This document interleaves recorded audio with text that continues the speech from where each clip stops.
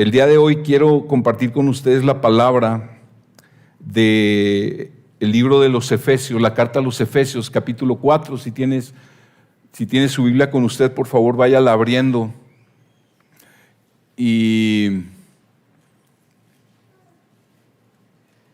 vamos a estar en la palabra, en los primeros versículos del capítulo 4, que es del versículo 1 al 6.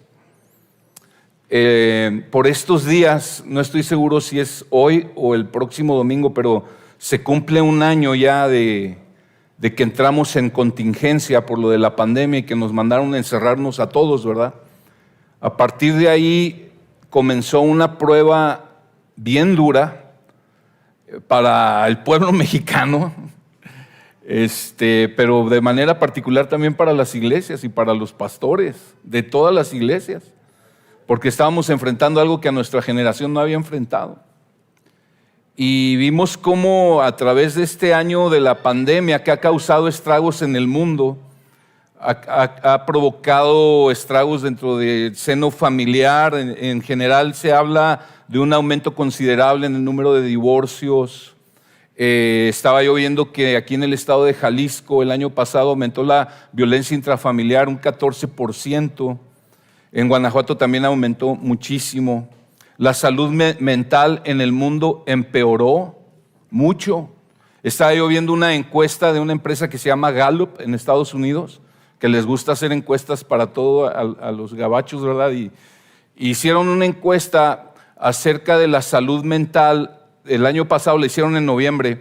La salud mental de los americanos a partir de que empezó la pandemia a noviembre. Y lo estudiaron por diferentes grupos sociales, raza, nivel económico, educativo.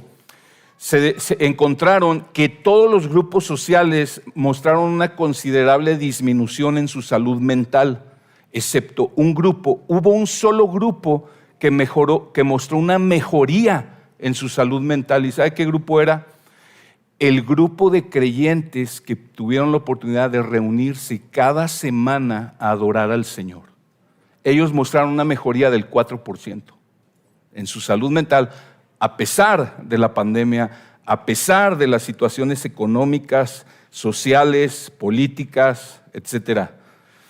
Y hermanos, ahora que parece que la pandemia va disminuyendo a nivel mundial paulatinamente, esperamos en Dios, ¿verdad?, que siga disminuyendo así y que vamos poco a poco retomando la normalidad y va a ser un proceso todavía, pero surge la pregunta, ¿cómo debiéramos los cristianos vivir en un mundo caído y caótico, cosa que la pandemia pues como que lo sacó a relucir más, ¿no?, esa condición?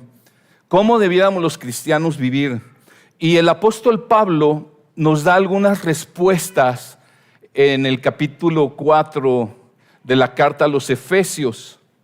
El apóstol Pablo da las directrices acerca de cómo debe vivir la iglesia del Señor, no solo en tiempos de pandemia, sino en toda circunstancia y en toda época.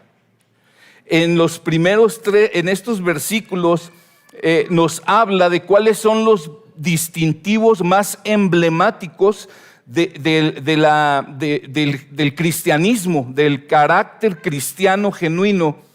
Y luego en los siguientes 3, del versículo 4 al 6, nos da el fundamento acerca de esas directrices. Quisiera que leyéramos juntos el texto y luego me acompañara a orar. El título de esta enseñanza, si es que usted anota, se llama Una vida digna del Evangelio. Una vida digna del Evangelio. Dice así el texto: Yo pues, prisionero del Señor, les ruego que ustedes vivan de una manera digna de la vocación con que han sido llamados, que vivan con toda humildad y mansedumbre, con paciencia, soportándose unos a otros en amor, esforzándose por preservar la unidad del Espíritu en el vínculo de la paz. Hay un solo cuerpo y un solo Espíritu, así como también ustedes fueron llamados en una misma esperanza de su vocación.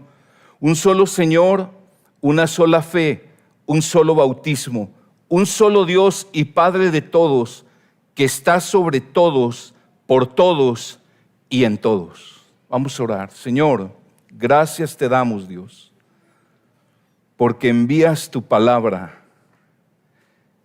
Señor, y tu palabra alimenta nuestra alma, nuestra fe. Señor, nútrenos hoy, por favor, con tu palabra y que tu propósito sea cumplido. Señor, todos aquí sabemos que esa obra poderosa de transformación en el corazón sola la puedes obrar tú. Así es de que, por favor, amado Espíritu Santo, haz tu obra en cada corazón y yo te pido que me ayudes y me des el denuedo de tu Espíritu. Señor, ponemos todos nuestra confianza en ti, esperamos en ti, en Cristo Jesús. Amén. A mí me gustan mucho las películas de guerra. Y una de las películas que más me ha gustado es una película como del año 98, me parece, con también uno de mis actores favoritos, se llama Tom Hanks. Esa película se llama Rescatando al Soldado Ryan. Está ambientada en la Segunda Guerra Mundial. Trata, a grandes rasgos, de un grupo de como 7, 8 soldados que fueron dirigidos por el capitán John Miller de Estados Unidos y que fueron enviados por su nación para buscar y resguardar a un joven soldado llamado James Ryan, que se encontraba en la guerra allá en Europa. Y la misión de estos hombres era encontrar al soldado Ryan, resguardarlo y regresarlo para que pudiera regresar a su casa en los Estados Unidos, porque sus otros 3 hermanos habían muerto en combate y entonces el gobierno quería evitarle la pena a la mamá, que perdiera a su único hijo que le quedaba y que se quedara sin hijos. La película nos muestra cómo este grupo de soldados logran su cometido al encontrar al soldado Ryan, pero cada uno de estos hombres en ese proceso de búsqueda fueron muriendo en la batalla. El capitán John Miller se mantuvo estoico en su misión porque muchas veces sus hombres se le estaban rebelando y diciendo: oye, estamos muriendo y nada más por encontrar a este hombre y creemos que no vale la pena, pero él se mantuvo firme en su misión. Encontraron al soldado Ryan y una de las últimas escenas al final de la película, el mismo capitán John Miller yace moribundo por las balas. Y en su último aliento agarra de la camisa al soldado, lo jala y le dice: sé digno de esto, sé digno de esto. La película termina con la imagen de este hombre, James Ryan, ya anciano en la tumba del capitán Miller, y se ve ahí la toma, ¿verdad?, de sus hijos, sus nietos, su esposa. Y él está ahí quebrantado en la tumba del capitán Miller y le dice a su esposa: dime si he vivido una vida digna, dime que he sido digno. Y al leer este pasaje de Efesios, cuando Pablo dice: vivan de una manera digna de la vocación con que han sido llamados, yo recuerdo cómo nuestro Señor Jesucristo descendió al mundo, se hizo hombre tomando forma de siervo. Él vino a buscar y a salvar a los que se habían perdido, dio su vida por nosotros. Y en este texto el apóstol Pablo nos dice: vivan vidas que sean dignas de ese llamamiento. Vivan de manera que su vida misma muestre el gran valor del sacrificio de Cristo por ustedes. Usted está diciendo, con su manera de vivir, ustedes pueden mostrar al mundo la dignidad y el valor de la obra de Cristo. Pablo acaba de enseñar en los primeros 3 capítulos de Efesios toda la teología, las verdades acerca de las bondades, las bendiciones del Evangelio de Jesucristo a nuestro favor. Él ha enseñado acerca de la identidad que tenemos ahora en Cristo, a los que hemos creído en Él.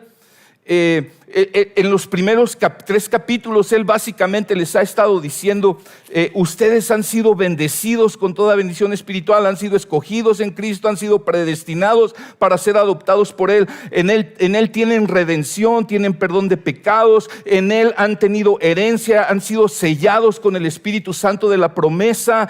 Él les dio vida junto con Cristo, aun cuando estaban muertos les dio vida junto con Cristo, les hizo sentar en lugares celestiales junto con Cristo. Por gracia son hechos salvos, les ha reconciliado, eran lejanos y ahora les ha hecho cercanos. Y llegamos al capítulo 4 después de haber explicado todas esas doctrinas y esas bendiciones, y les dice: vivan de una manera digna del llamado del Evangelio.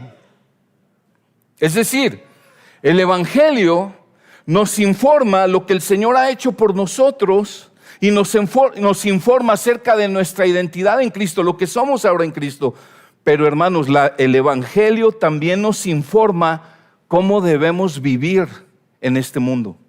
Y de eso trata el texto que estamos viendo hoy. Pablo está en una cárcel, dice el versículo 1: yo pues, prisionero del Señor, les ruego a ustedes que vivan de una manera digna de la vocación con que han sido llamados. Él está en la cárcel.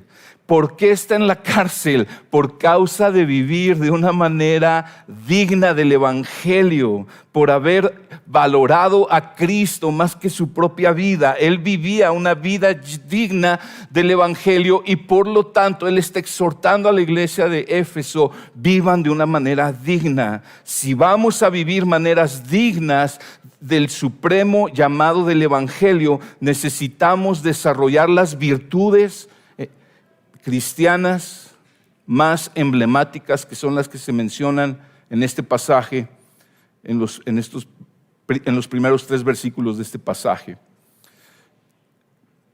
Es decir, hermanos, el Evangelio es algo que los creyentes creemos, abrazamos, pero también es algo que proclamamos, pero que es algo que vivimos.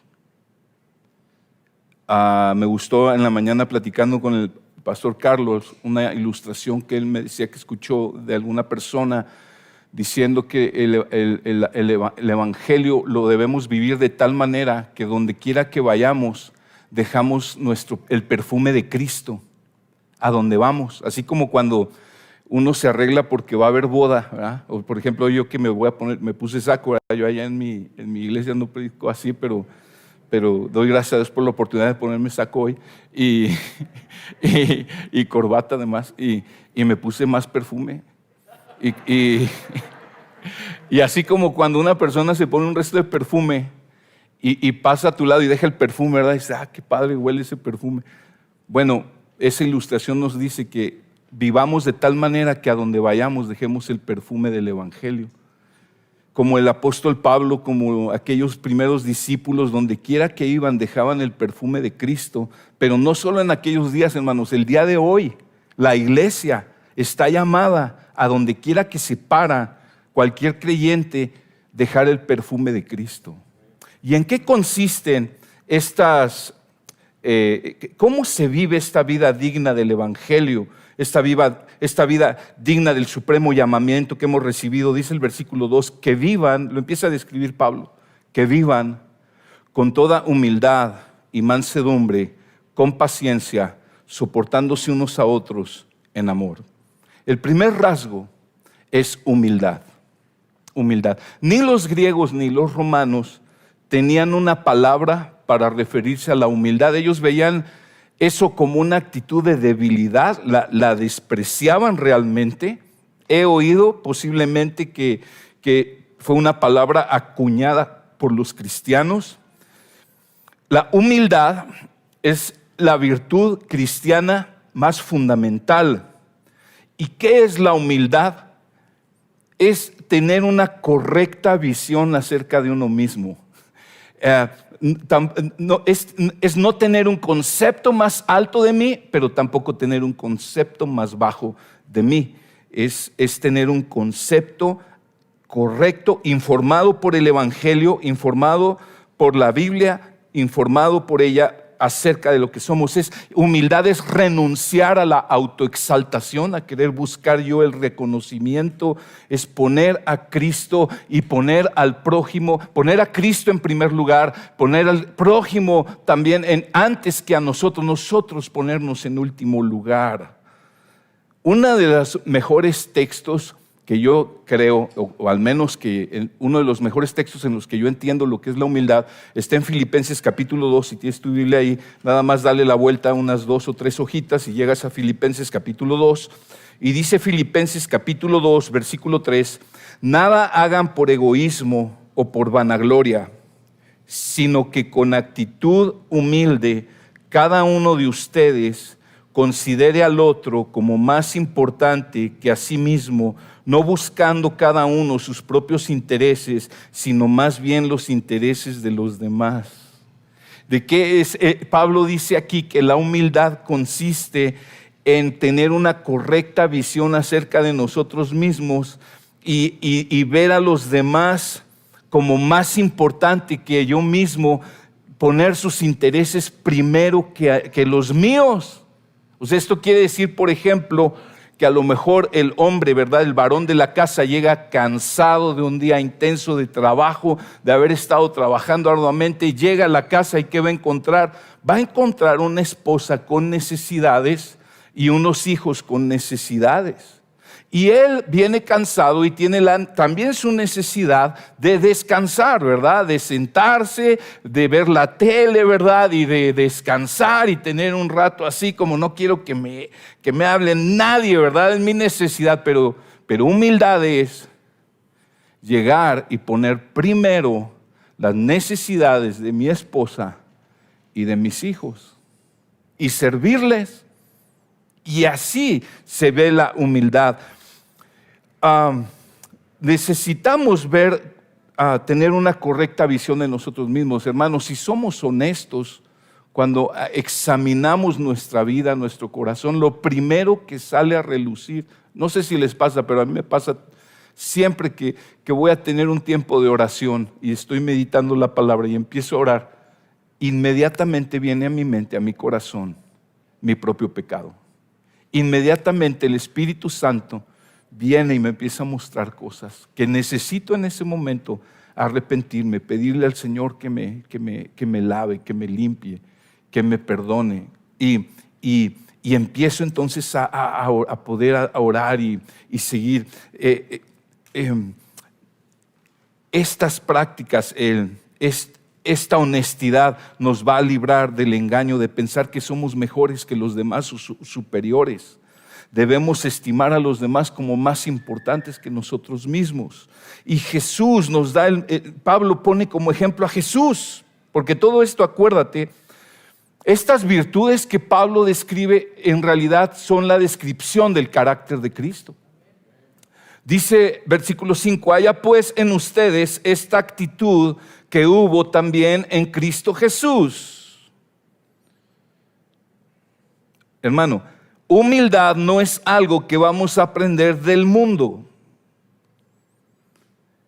Humildad es algo que aprendemos de Cristo. De hecho, Jesús dijo en Mateo 11:29, aprendan de mí que soy manso y humilde de corazón y hallarán descanso para sus almas. Me llama mucho la atención que dice que si aprendemos humildad de Él, vamos a encontrar descanso para nuestras almas. ¿Sabes por qué? Porque el orgullo y la soberbia es la principal causa de todas las enfermedades mentales. Bueno, no generalizo, ¿verdad? Pero es la principal causa. ¿Por qué? Porque estamos tan centrados en nosotros mismos. Estamos tan afanados con nuestra propia vida y nuestros propios rollos y nuestros propios afanes que estamos agobiados. Por eso Jesús dijo, vengan a mí y descansen los que están trabajados y cargados. Dice, tomen mi yugo sobre ustedes, que es fácil, y aprendan de mí, que soy manso y humilde de corazón, y hallarán descanso para sus almas. ¿De quién podemos aprender humildad? De Cristo. Y mira lo que nos enseña este texto aquí en Filipenses 2. Sigue el versículo 6. Fíjate lo que nos llama Pablo a imitar.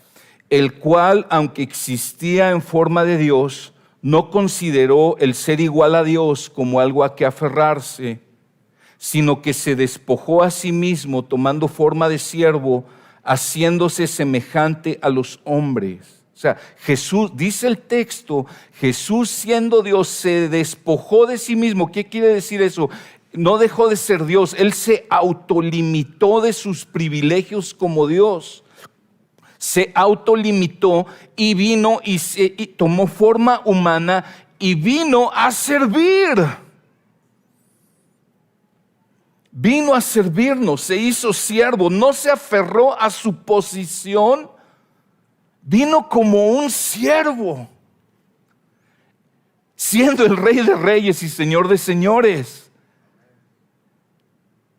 Aquella noche que Judas lo iba a entregar, él se levanta de la cena, ciñe una toalla a su cintura, toma un balde con agua y empieza a lavar los polvorientos pies de sus discípulos, incluyendo al traidor Judas.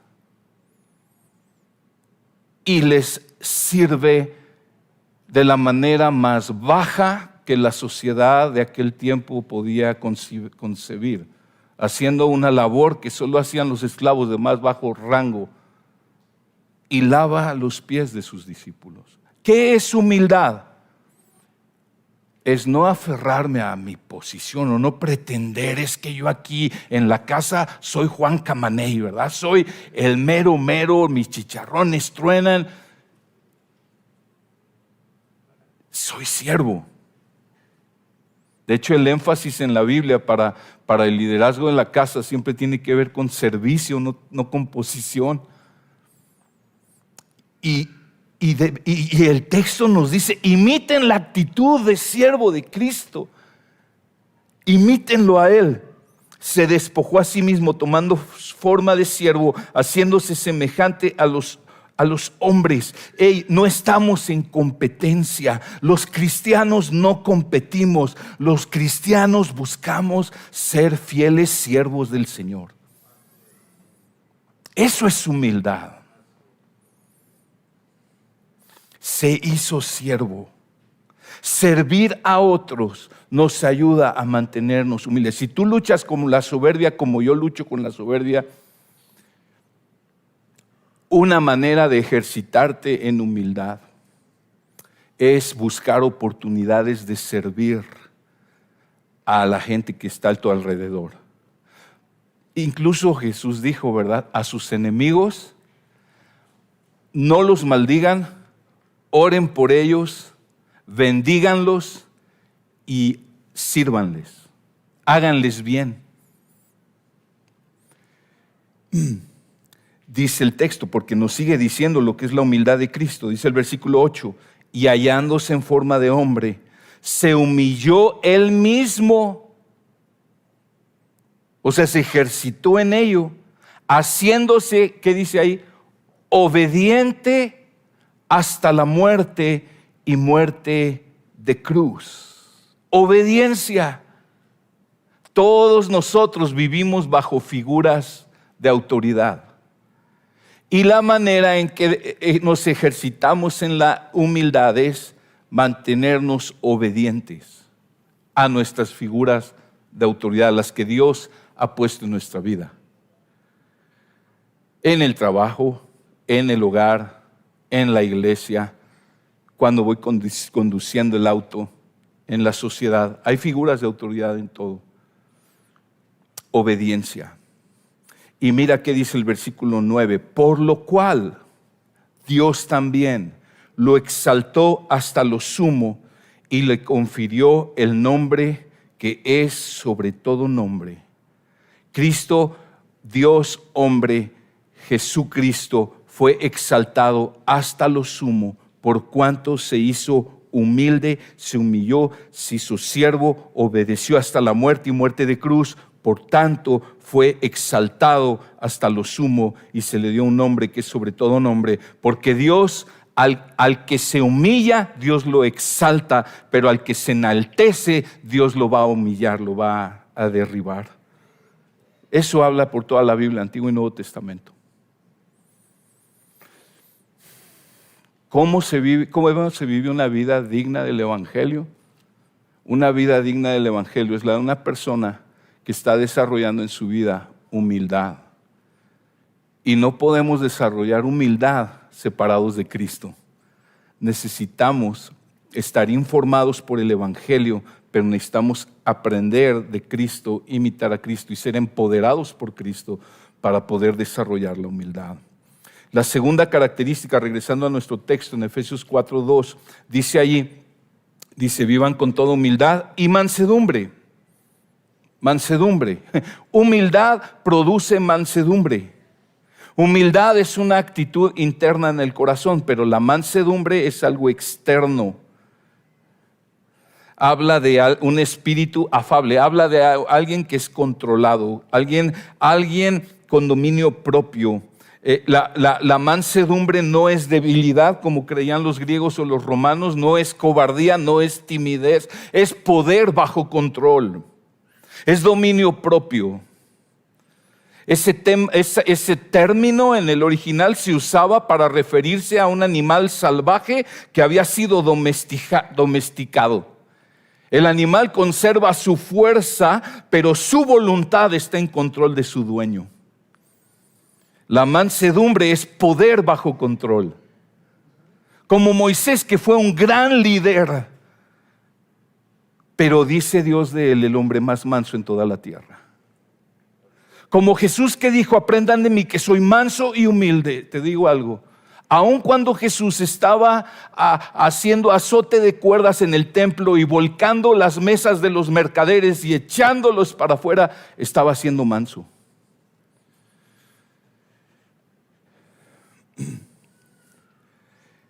La mejor imagen de mansedumbre es la de un cordero en manos de sus trasquiladores. Yo no sé si tú has visto cuando se van a matar un borreguito para la barbacoa.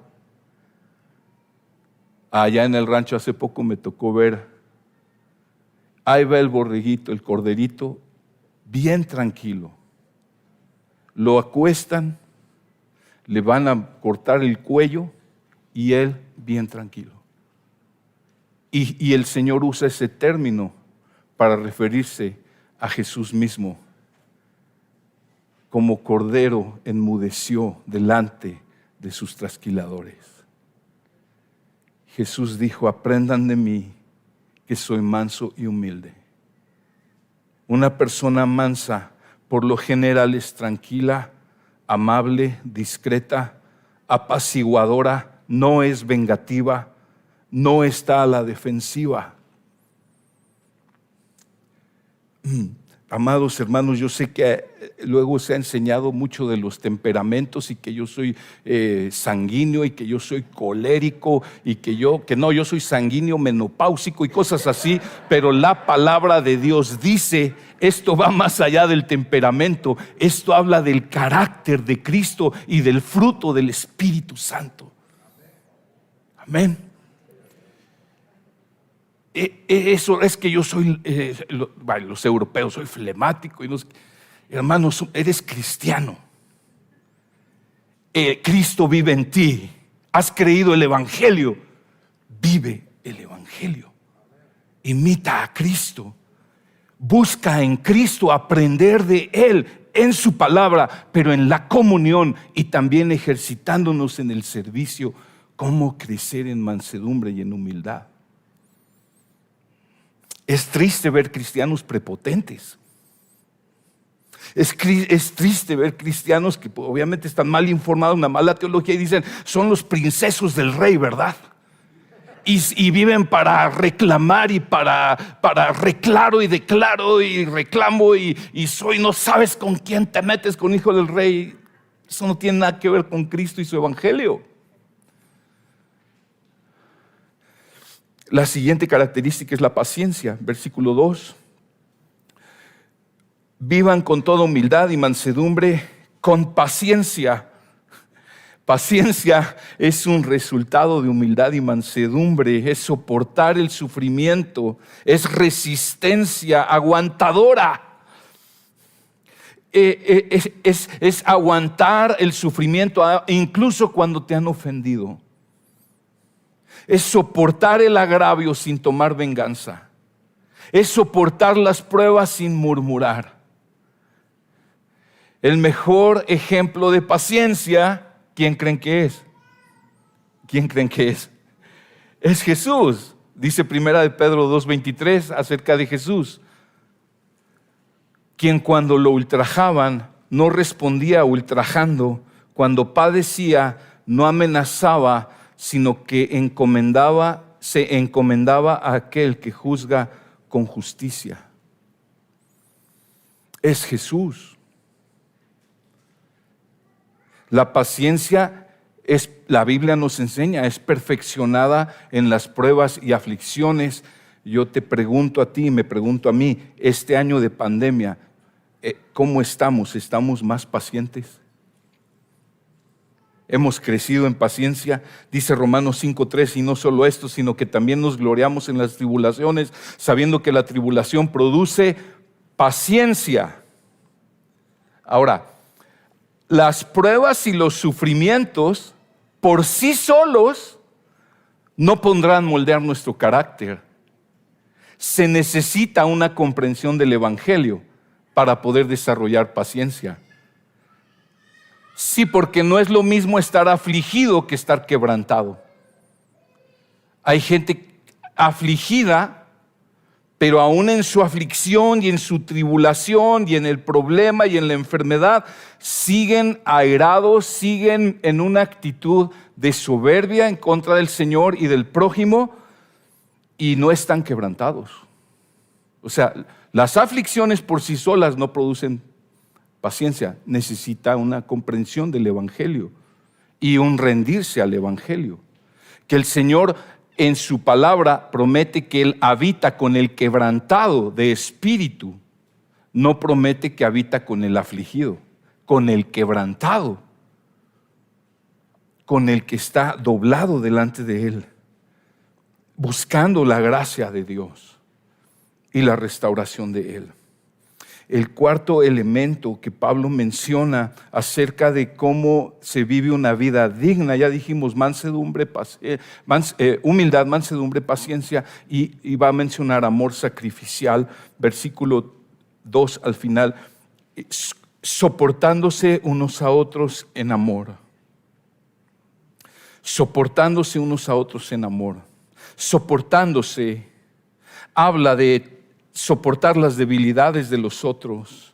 Por un lado, creo que tiene es una palabra, creo yo, con dos significados. Al menos veo eso en el Nuevo Testamento.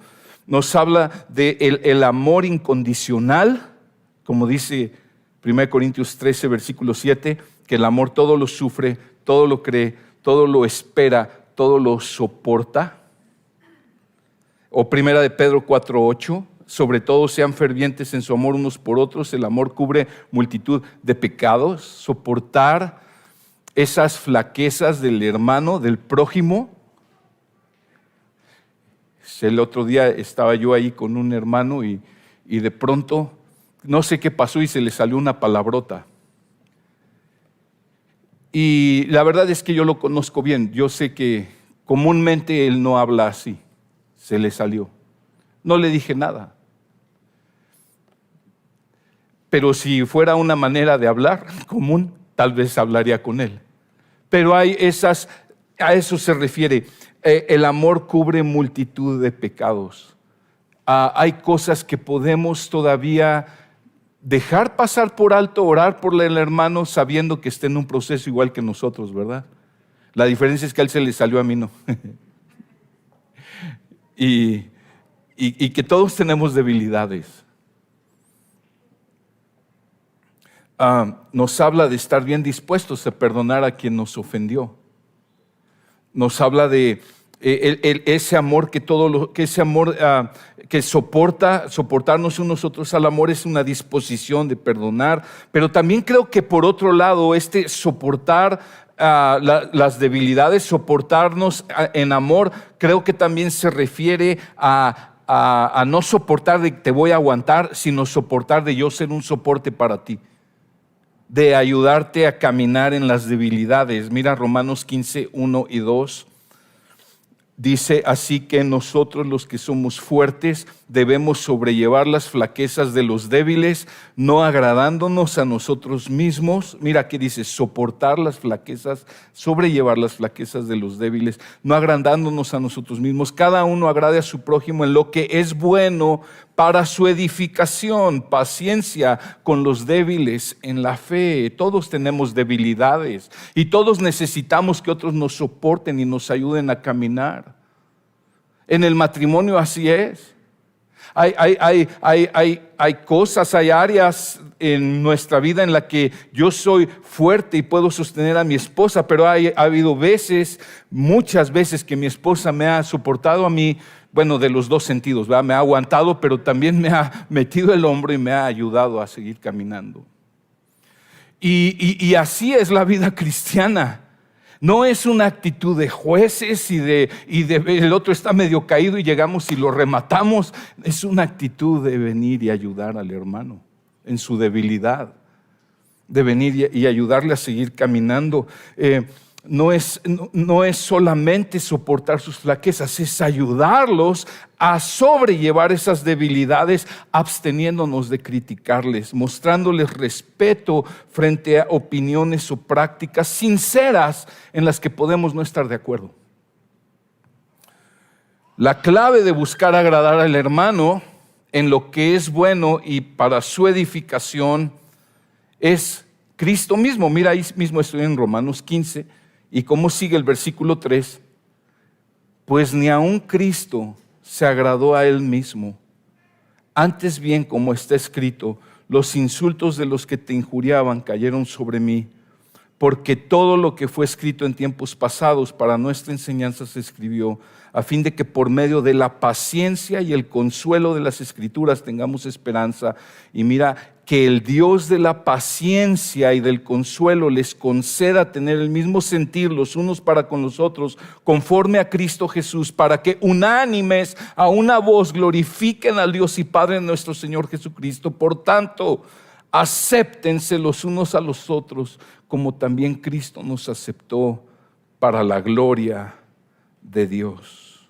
Cuando tenemos paciencia, cuando nos soportamos por amor unos a otros y nos ayudamos en nuestras debilidades y nos amamos con amor sacrificial, estamos siendo como Cristo, que Él ni siquiera se agradó a sí mismo. ¿Tú crees que para Él fue bien agradable todo lo que tuvo que enfrentar en esta tierra? Yo nada más de ponerme a pensar, Él se hizo hombre, se hizo como uno de nosotros.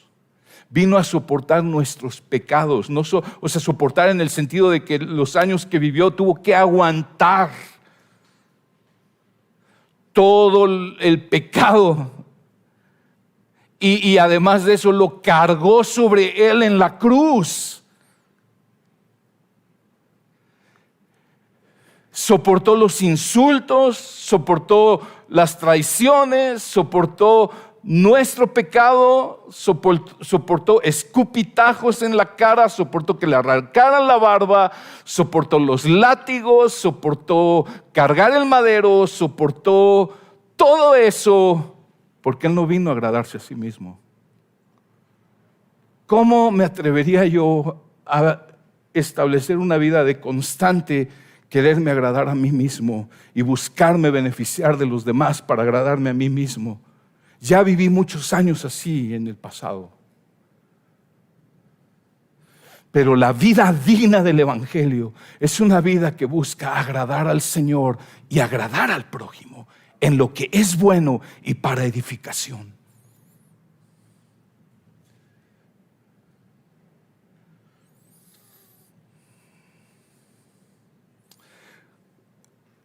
¿Cómo has reaccionado ante los desafíos de este año de contingencia en todas las áreas de tu vida? ¿Estás siendo como alguien que contribuye? ¿Estás viviendo como alguien que contribuye a la unidad o al distanciamiento? ¿Estás buscando los intereses de Cristo, de su iglesia en primer lugar, de los demás, o estás buscando los tuyos? ¿Qué es lo que más te caracteriza? Y me hago la misma pregunta a mí. ¿Qué es lo que más te caracteriza? ¿Humildad, mansedumbre, paciencia, amor o soberbia, irritabilidad, impaciencia, egoísmo, indiferencia? Nuestro texto continúa en el versículo 3 y dice otro rasgo de esta vida digna del Evangelio: esforzándose por preservar la unidad del Espíritu en el vínculo de la paz. Habla de ser diligentes por buscar guardar la unidad. Y este es el gran tema del capítulo 4 de la carta a los Efesios: la unidad del cuerpo de Cristo. Es uno de los capítulos que mejor explican, enseñan, instruyen, motivan, animan a buscar esa unidad. Y hay dos cosas que este solo versículo 3 nos dice acerca de la unidad. La unidad es algo para lo que se requiere trabajar. No se da fácil, no se da automático. Dice: esfuércense por preservar la unidad. La palabra esfuércense habla también de ser pronto, de estar bien dispuesto, de ser ferviente. Habla de procurar algo con diligencia, con toda solicitud. De estar solícitamente buscando la unidad de la iglesia, la unidad. Solícitos. Si vamos a mantener la unidad en el matrimonio, en la familia, en nuestro grupo de comunión si lo hay, o en la iglesia, la responsabilidad no es solo de unos cuantos que ejercen liderazgo, la responsabilidad es de cada miembro. Todos debemos hacer nuestra parte para buscar, trabajar y procurar esa unidad. Diligente y celosamente. La unidad es un tema de fundamental importancia para el Señor. La verdadera vida cristiana, hermanos, consiste en buscar la unidad. Y la segunda cosa que este texto nos dice dice esforzándose por preservar, o sea, por cuidar, por procurar, por mantener la unidad. Dice, ¿la unidad de quién? Del Espíritu. Es el Espíritu Santo.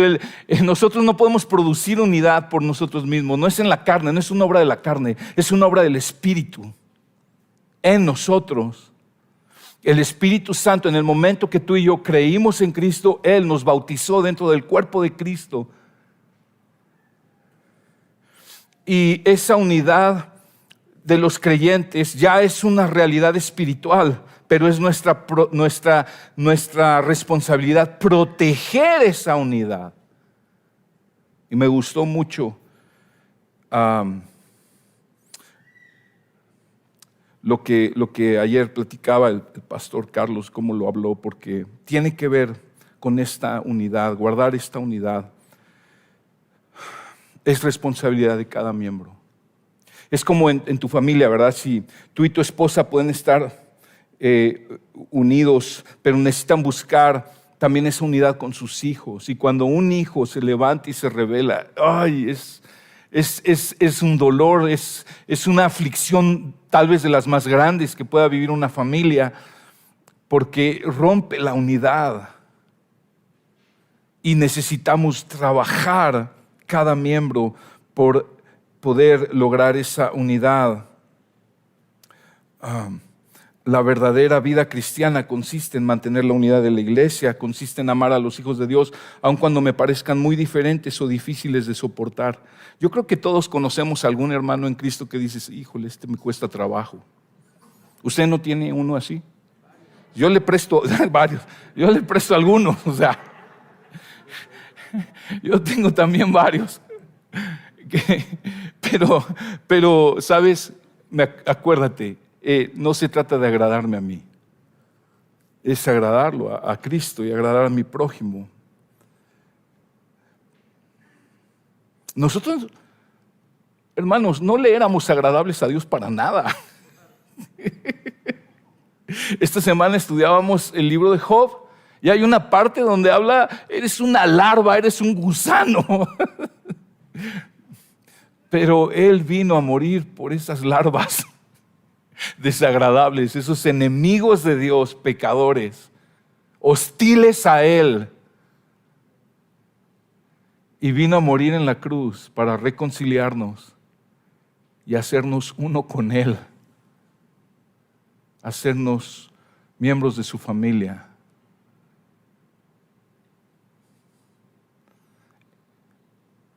Ante eso, hermanos, se acaba todo argumento que pudiéramos tener como para no querer convivir con el hermanito o la hermanita que me cuesta trabajo.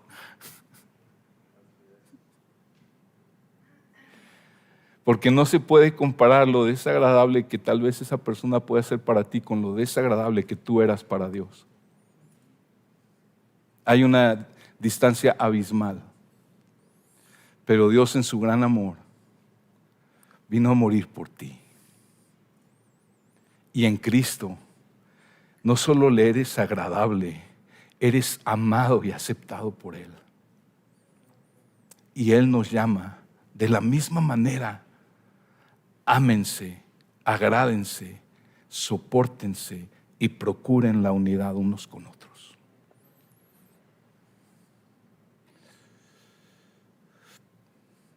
Y Pablo en los últimos 3 versículos nos habla de nuestro texto, del versículo 4 al 6, habla de un fundamento. Porque esto es importante. La unidad de la iglesia, esta unidad que da gloria a su nombre, que muestra la dignidad del Evangelio, que muestra el supremo valor de Cristo, esta manera de vivir en la que nos desarrollamos en mansedumbre, en humildad, en paciencia, soportándonos en amor y buscando diligentemente la unidad. Lo que nos une, hermanos, lo que lo provoca, no son buenos sentimientos nada más. Hay quienes dicen la doctrina no es importante, lo que importa es que nos amemos. Pero Pablo se esperó 3 capítulos antes de hablar de esto, y esos 3 capítulos puso el fundamento de las verdades del Evangelio, porque esas verdades son lo que son el fundamento, pero son también el combustible en nuestro corazón para poder amarnos y ser humildes y ser mansos y ser pacientes y soportarnos unos con otros. Y Pablo viene y pone habla de verdades, hermanos, habla de verdades que nos unen. Es decir, la iglesia está formada por personas bien diferentes. Algunos esta noche van a ser de la América y otros de las Chivas, ¿verdad? Y mira, aún si eres de la América, Cristo te ama, créelo con todo tu corazón. Pero, o sea, sí te ama, créelo. Se necesita fe, pero créelo. Pero, ¿sabes? La iglesia está conformada por hombres y mujeres bien diferentes y amamos la diversidad. Es bien padre que en la iglesia hay hermanos de todos tipos, tamaños, colores y sabores. Porque aquí venimos y somos uno en Cristo. Escucha, podemos tener muchas diferencias, pero lo que nos une es mucho mayor. Y dice el texto, después de que habla de estas virtudes y de estas características fundamentales para la vida digna del Evangelio, dice esto: hay un solo cuerpo y un solo espíritu, así como también ustedes fueron llamados en una misma esperanza de su vocación. Un solo Señor, una sola fe, un solo bautismo, un solo Dios y Padre de todos, que está sobre todos, por todos y en todos.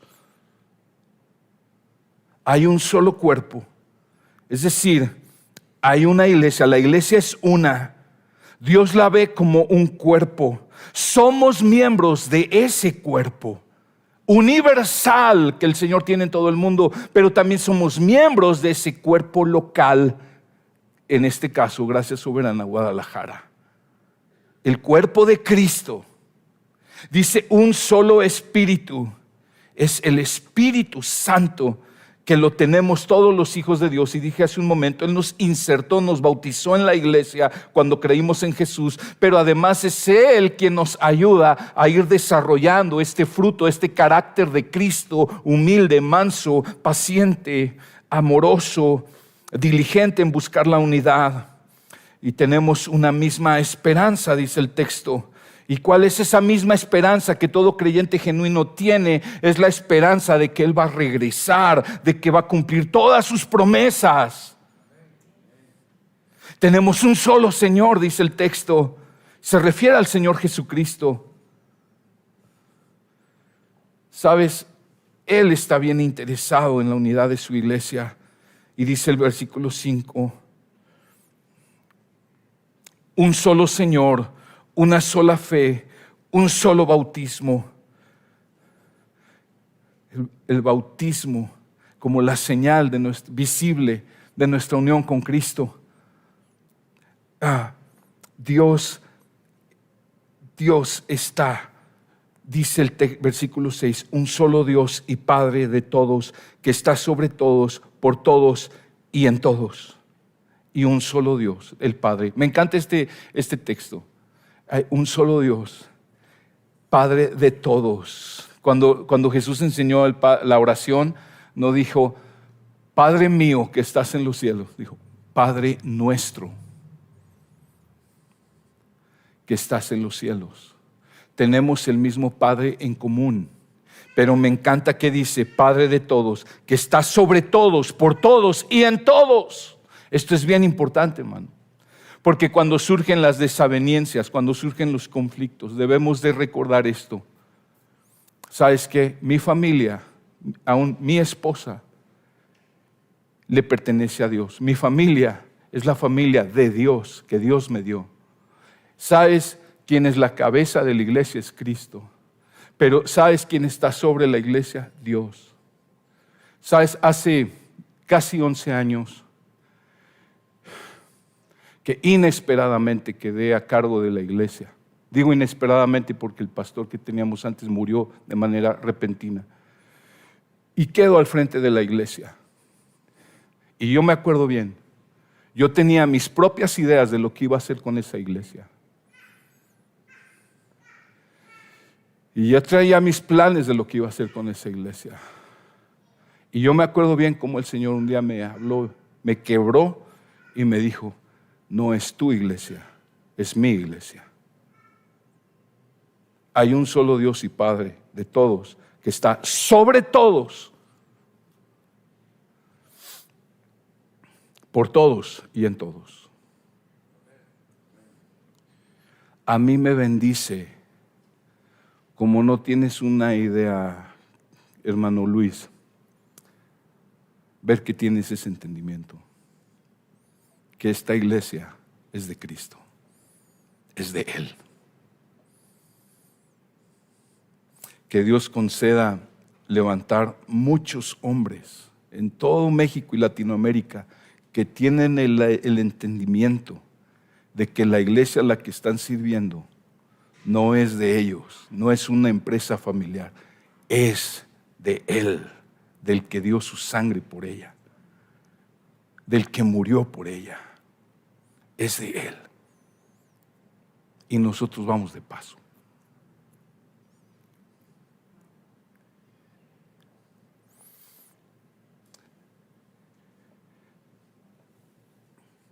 La unidad es importante para Dios. Ya voy a ir terminando.